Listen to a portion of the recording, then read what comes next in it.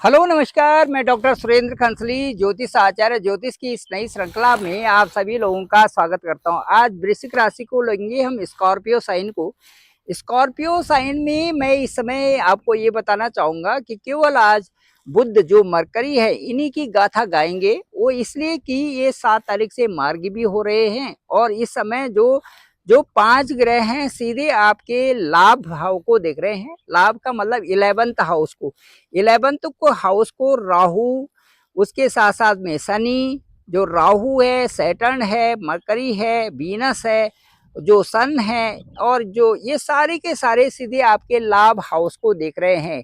ठीक यहाँ से पंचम हाउस से और सीधे आपके लाभ हाउस को देख रहे हैं ये सारे के सारे ग्रह।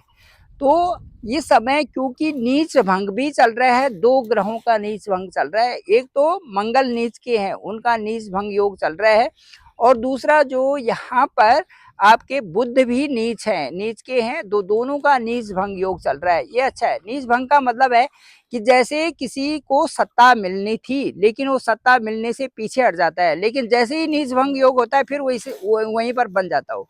कई लोगों के साथ में ऐसा होता है कि भाई एकदम से हटाते हैं, लेकिन कई बार ऐसा होता है कि उसी समय एक ऐसी ऐसी व्यवस्था होती है कि वो उनको दोबारा ले आते हैं। उसे कहते हैं नीच भंग योग होना और फिर से सत्ता मिल जाना।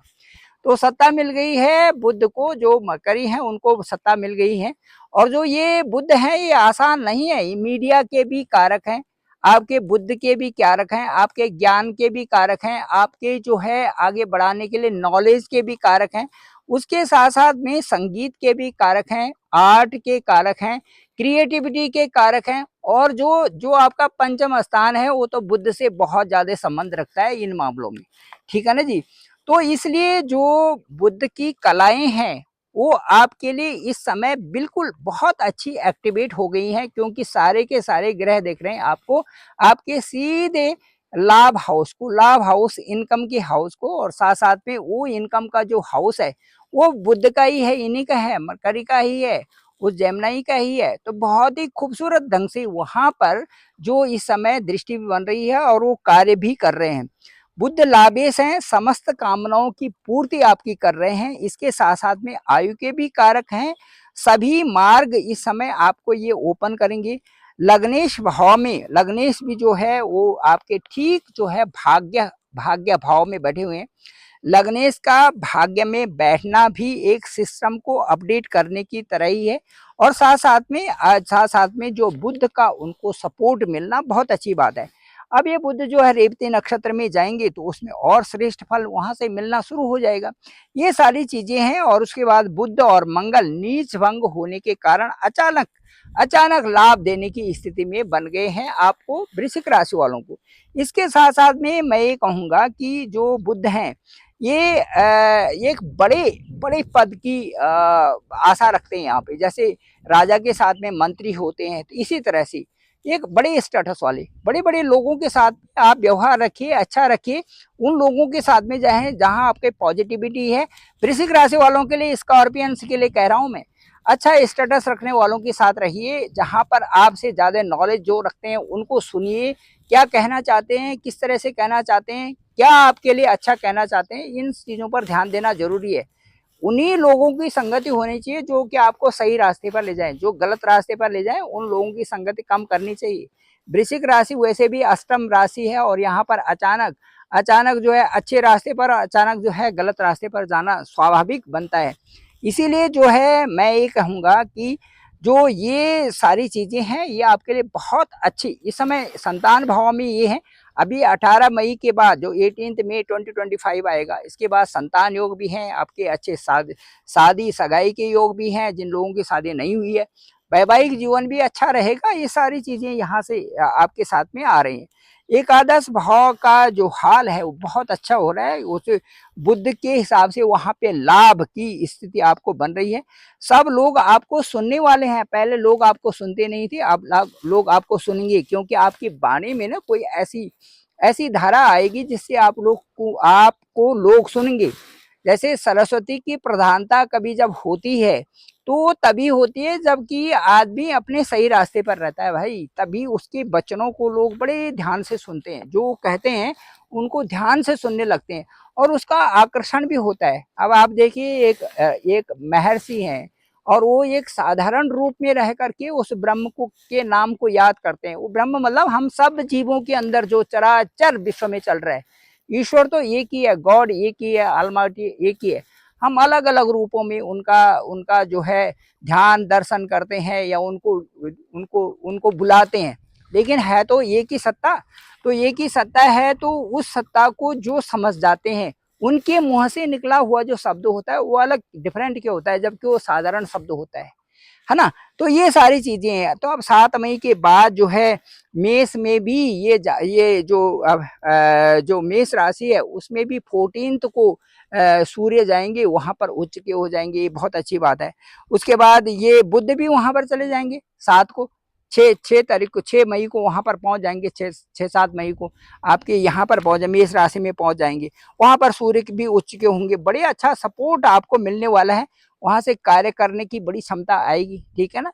जैसे कि मैंने पूर्ववत भी कहा है कि किसी एक नाम से जुड़ना बहुत बड़ी बात है, किसी एक नाम का जप करना बहुत अच्छी बात है। आप ज्यादा ही किसी को दान देने की उसमें नहीं है, मत दीजिए, कोई जरूरत नहीं है। जब आपके पास नहीं है, कोई आवश्यकता नहीं है, अपने अपने अंदर के ब्रह्म को देखिए और अपने ब्रह्म का उसका नाम लेना शुरू करिए, सबसे अच्छी बात है। छोटे छोटे बच्चों को कुछ दीजिए, अच्छा रहेगा, बुद्ध बुद्ध उससे बहुत खुश होते हैं। साथ साथ में आपके ज्ञान भी बढ़ता है, यदि देने लायक है तो दीजिए, नहीं तो प्रभु का नाम आप लगातार रखिए तो देखिए बहुत सारे फायदा उससे होने वाले हैं। साथ साथ में गणपति की आराधना भी करिए। ईश्वर एक है, उनको अलग अलग नाम हैं, उनके नाम देने से हम सबका उद्धार हो जाता है, ठीक है। जैसे कि एक ऋषि ने कहा था एक भक्त को कि आप नदी पार कर जाओगे, बस आप मेरा जो ये पर्ची है इसको अपने पास रखो। उनके बड़े अनुरोध के अनुसार उन्होंने वो पर्ची उनको दी। अब वो जब पानी में गए तो उन्होंने कहा यार लिखा क्या है इसमें, देख लो जरा। तो उसे खोलने लगे, बीच में ही खोलने लगे, जब पानी बहुत बहाव था, जहां जहां वो जा रहे थे उधर कम होता जा रहा था। लेकिन जैसे ही खोला फिर बहाव बहुत ज्यादा हो गया, फिर वो वापस आ गए, फिर कहने लगे कि मेरे से एक गलती हो गई है महाराज, मैंने ऐसा कर दिया। कह रहा अब दूसरी बार नहीं होनी चाहिए गलती। दूसरी बार भी पर्ची उनके पास दे दी। अब गए तो जहां जहां चलते गए वहां पानी का बहाव कम हो गया, पार हो गए। जब घर चले गए तो फिर देखा उस पर्ची में क्या है, फिर पर्ची में वही लिखा था राम राम। तो कहने का मतलब ये है उसकी सत्ता। जिसने उसको पहचाना, उसके वो जो उसके मुंह से जो शब्द निकलते हैं, जो भाव निकलता है, उसमें बहुत बड़ी पावर होती है। और जब तक उसको जान नहीं सके, आप 10 बार लिखिए और 10 बार जो उसका वो करिए, जब आप उसमें रम जाते हैं। राम का मतलब है, राम का मतलब रा का मतलब रमना, आम का मतलब है कि उस शून्य में रमना, उस ब्रह्म में रमना जो हम सब के अंदर विद्यमान है। इसीलिए तो कहते हैं राम नाम सत्य है, बाकी क्या कहते हैं, यही तो है। कहने का मतलब है कि जो रामचरितमानस है, जो हिंदुओं का जो रामचरितमानस है, वो सभी जगत के लिए, सबके लिए। तो उसमें लिखा हुआ है कि जो जो उसमें लिखा है कि उमा कहूँ मैं अनुभव अपना, शिव जब भगवान शिव सबसे बड़े कथावाचक हैं, वो भगवती पार्वती को जो उनके साथ में हैं उनको कथा सुनाते हैं। उसमें उन्होंने कहा कि उमा कहूँ मैं अनुभव अपना, सत हरि भजन जगत है सपना। कि जो ये जगत है ये इसी तरह से है जैसे कि हम सो जाते हैं और सुबह उठ करके कहते हैं अरे यार ये तो सपना था। उसी तरह से, क्योंकि ब्रह्म को जान लेने के बाद मोक्ष की प्राप्ति होती, फिर आना जाना नहीं होता, कई प्रकार से चीजें। चलिए मैं आपको ये बताना चाहता हूँ कि आप किसी एक नाम को जपिए और उस नाम का आधार लीजिए, फिर देखिए आपके जीवन में बहुत सारे उत्तरोत्तर वृद्धि हो जाएंगी। अब मैं ये कह रहा हूँ कि इस समय बुद्ध जो है आपके लिए बहुत अच्छी, इस समय आगे बढ़ने के लिए है। आप आगे बढ़िए, उस ज्ञान को आगे ले जाइए, जहाँ पर आपको बहुत अनुभव है उसको आगे बढ़ाते रहिए, देखिए अपने जीवन में आपको बहुत लाभ होगा। Thank you very much. Doctor Surendra Khansali ज्योतिष आचार्य। आपका असेंडेंट क्या है, आपका पंचमेश क्या है, आपका भाग्येश क्या है, कहाँ पर योग बन रहा है, किस तरह से आगे आपके जीवन में वृद्धि हो रही है, सब आपके साथ बात कर देंगे, ओवर फोन बात करेंगे।